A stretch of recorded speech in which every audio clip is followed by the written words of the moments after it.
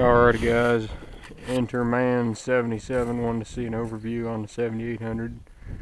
Now that I got it out and got it cleaned up, I'm going to do one now. This is a 1973 model. They offered them from 72 through 74, so 3 years production run.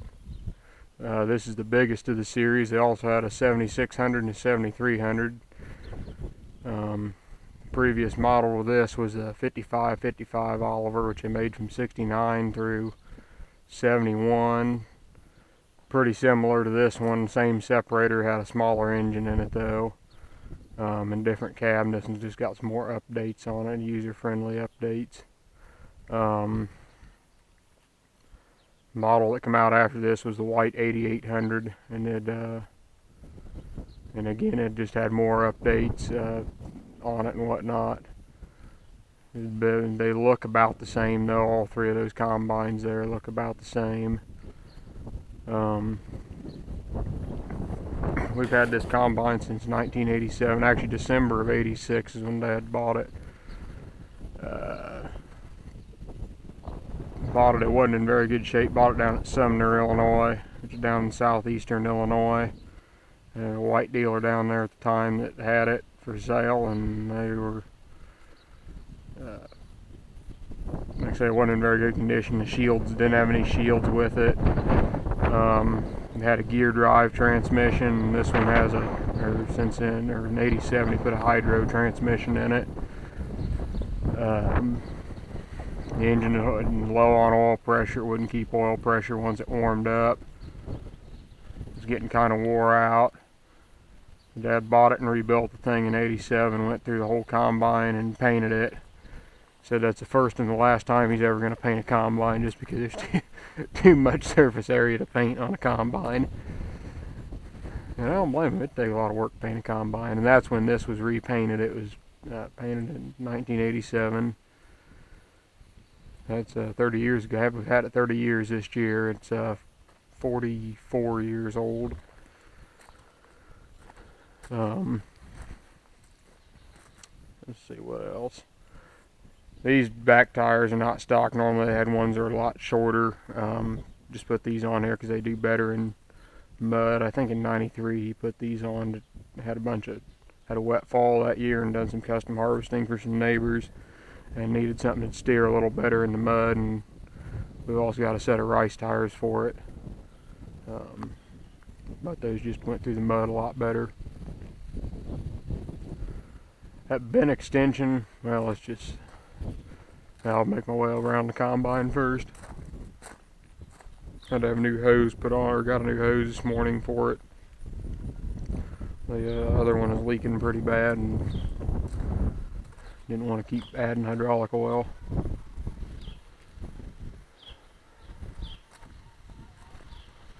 Got dual fuel tanks. I can't remember what the capacity is, if they're about 40 gallons a piece. I think that sounds about right. 40 this side, 40 the other side. You'll notice there's kind of some dents here and stuff, and I got a video from way back in my videos. I was talking about it, something had happened to it, and there's a tire blew out in the final drive and everything broke off and shoved the whole tire up into the side of the machine like that. And so that I got that story I explained. I got that in my videos from way back if you want to check that out. Those are dual straight pipes that come from the factory. Has a 400 cubic inch Chrysler V8 industrial engine rated at 155 horsepower at 3,000 RPM. Actually, I think 2850s wide, or rated RPM, 3,000 high idle. It does like the gas, but it does sound good. You had an option where you could get little short stubby mufflers to go onto each pipe there, but a lot of them just had the straight pipes. I think this thing was built about the time the muscle car era was popular, or when they came out with this, and I think they kind of wanted to mimic that a little bit, and I'm sure the straight pipes did sell a few of them. variable speed cylinder. That was another step up over the 5555 they had.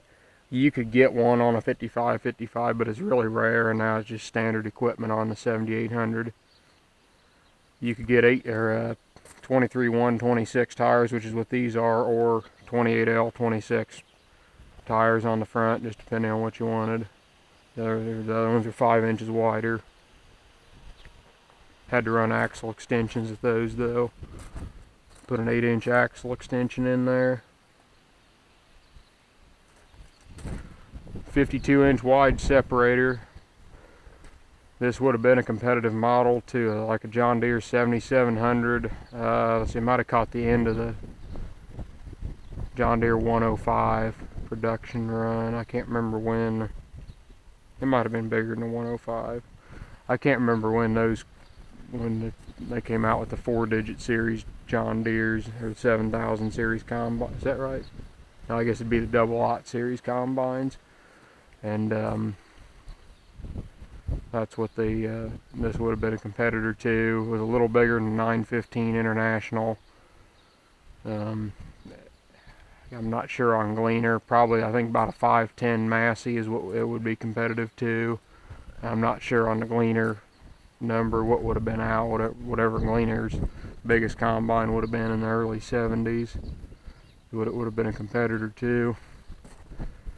The model 7800 comes in 7800 square inches of separator capacity, or the square inches of the separator is what it is, and the 7600 was 7600 square inches because they were only a 42-inch wide separator, and these are 52 inches wide.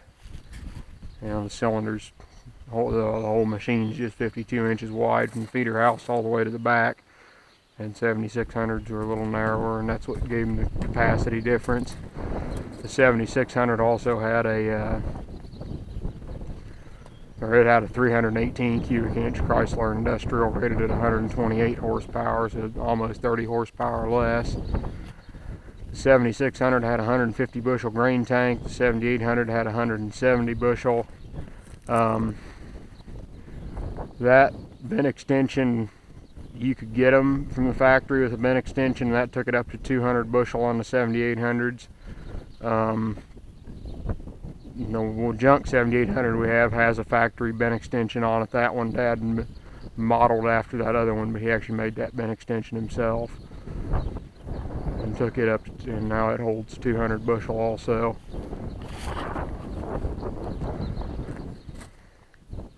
You could run a 4 wide corn head, or 6 narrow, or 6 wide with the 7800. I don't think you could get it to squeeze down a 4 narrow corn head. 7600 would, but I don't think a 7800 would squeeze down 4 narrows. Had to have 4 wide, which is what I got right there. Climb up the cab and show you what it looks like here.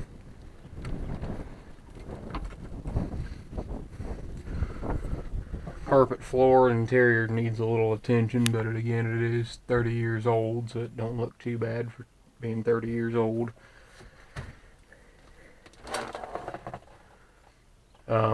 Air conditioners never worked very well, and it does have air conditioning, but it's not hooked up because those big engine or Chrysler engine just ran so hot. You really didn't want to have it trying to take heat out of the engine also, or heat out of the air conditioning, and it took away from the engine cooling, and they just, kind of a primitive air conditioner, never worked that well to begin with, so that's why that fan's in here.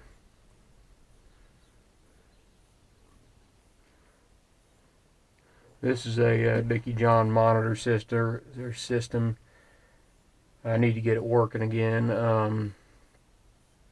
But as before, they had warning lights and everything to go off on combines.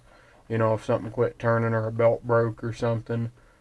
And so I had this thing on here. But I don't know what the deal is with it. I need to look into it a little more. Got the hour meter. Don't know how many hours total are on the machine. That hour meter was probably put in and rebuilt the engine there in '87. Now it has 2,400 hours on it. That's probably about right, because from '87 to 96, we ran two 7800 combines. This one always did the corn though. The other one, it's now the parts machine, just cut beans with it. It was just our one combine till Dad got this one. Then, let's see. Then in 96, we bought the 9700, and this got moved to a bean combine. And ran to corn and beans, and obviously the 9700. And then in 2002, we got the 8900 and replaced this machine with that, with an 8900. We've since sold the 8900 and got the 2188 IH. But radio, that's not factory, it didn't have that either. But we'll look at the dash here. Variable speed cylinder, that's what that is right there. You just crank that around. Choke, was a cigarette lighter there, but I think we got lights wired into that now. There's the other light switch. Header, electric header shut off there. 3-speed transmission, second, third, and first gear. Well, that's blocked off because that's where reverse would be if it had the standard transmission instead of the hydro. Throttle here. Stone trap, I don't think that works very well on the lever. That was a good idea, but I don't think they ever worked very well. Concave adjustment right here. These are both header control things for the header control when you got the bean head on it. Header raise and lower, reel raise and lower. That's separator engage, obviously 2 brakes. There's the fan speed adjust there. There's the auger shield, that is for the gate in the tank. And then there's to throw the auger in to engage it. That lever right there. That's one thing they didn't do very well on these combines. They made the auger too big and ran it too slow. They needed to make a smaller auger and run it faster. And they did, and they came out with the 8900s. It was just a lot better design and whatnot. That tack, engine tack there has been added. That's the tack for the cylinder speed. There's miles per hour. So we're about 15 mile an hour down the road. Not too bad. Fuel gauge, amp meter, water temperature, and I just put that mechanical oil pressure gauge in about a half hour ago. It had an electric one and it kind of was jumping around. It wouldn't, sometimes you had to tap the thing to get it to even come up. Once it started, the gauge was getting stuck or something and I didn't trust it. So I put that mechanical one in, which, you know, you got to know oil pressure in these engines because they sitting cooking along there at 3,000 RPM going through the field hour after hour. You lose oil pressure, you're going down pretty quick. And a lot of them did. That kind of was the death of them. They probably lost oil pressure or something through a rod. But one other thing, if you got any of you guys are coming to Half Century Show and are bringing a piece of equipment, and if you're going to be operating that piece of equipment, something new they're having this year, you have to have a fire extinguisher on the piece of equipment. When it's gonna, if it's just going to be in a static display, you don't have to have one. But if you're going to be operating in the field, tractor, combine, you know, whatever, you got to have a fire extinguisher on it.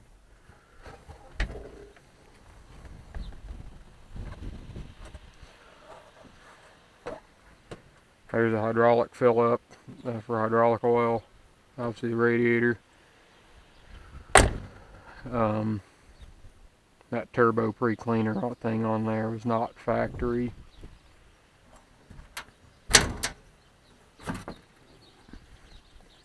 There it is in all its glory. 400 cubic inch Chrysler V8. These come out in 72. They originally had a 383 V8 in it.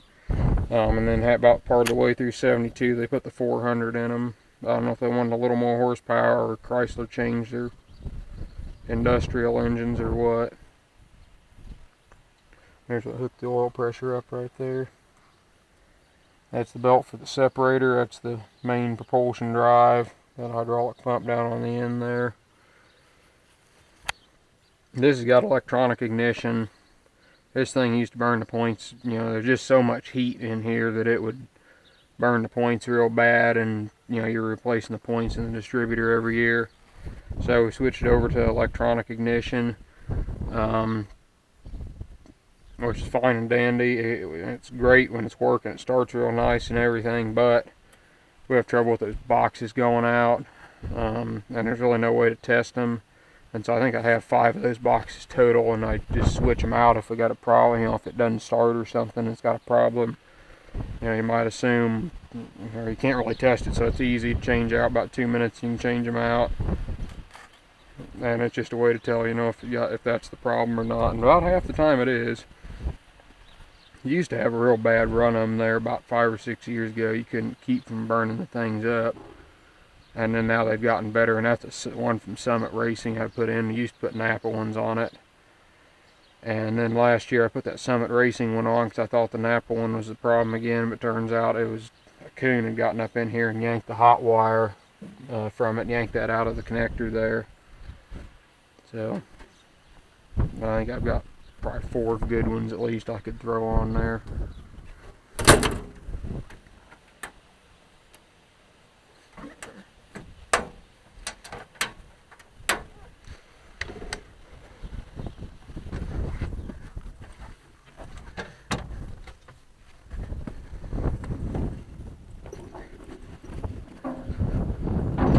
Get the auger to fold out, no hydraulic fold. You take this thing down here, and I'll just show you.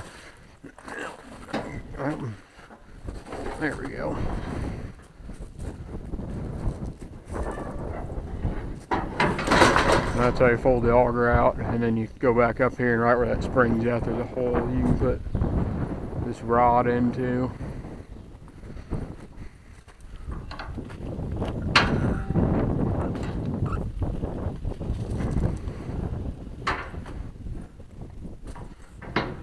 I wonder how many of these got tore off on trees back in the day.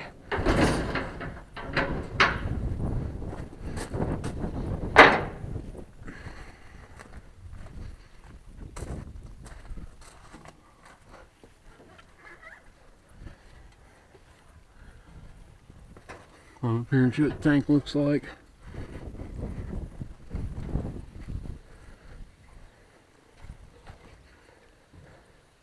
This is before the days of kind of bubble up augers and whatnot. They just usually had one auger running into the tank.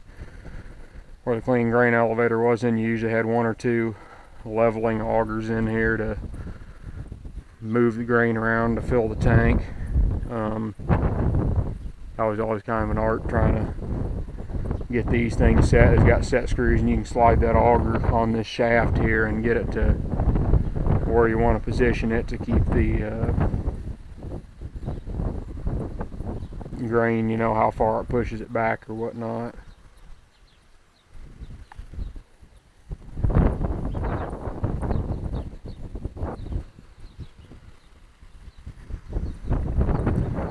Then I also got the doors going in the straw walkers here. You get in there, punch the cobs out, they get stuck in the straw walkers. I don't suppose that was so much of a problem back in the day with smaller cobs, smaller ears of corn, and didn't yield as much. But now, every now and then you got to get in there with a screwdriver and pop them out, and that's not the funnest job in the world. But like I said, we don't use this thing, but or I don't. You Dad doesn't do a whole lot with it, but I don't even use it that much. For about 10 hours a year, just playing with it. But it is fun to take it out and play with it every now and then.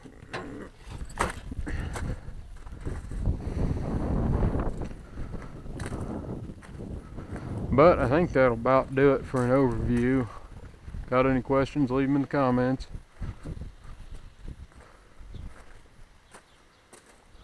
Oh, Michigan Farming, one more thing. I got to get a new unloading belt here. And he's got a Gleaner E he's working on. Got to get that new belt there for the unloader. Agco had it discontinued, but I went into our Napa store and took the dimensions in, or the cross section, and how long it is. Looked it up in the parts book. And they ordered me one just by dimensions, and they don't charge an outrageous price either, so that's a pretty good source to go for belts. In Napa or some auto parts store, if you got the dimensions to it, usually they can get most belts just looking them up that way. They probably aren't going to stock them, but they can usually have them in a couple days. Well, that'll about do it here, so thanks Enderman77 for requesting the video, and thanks everyone for watching.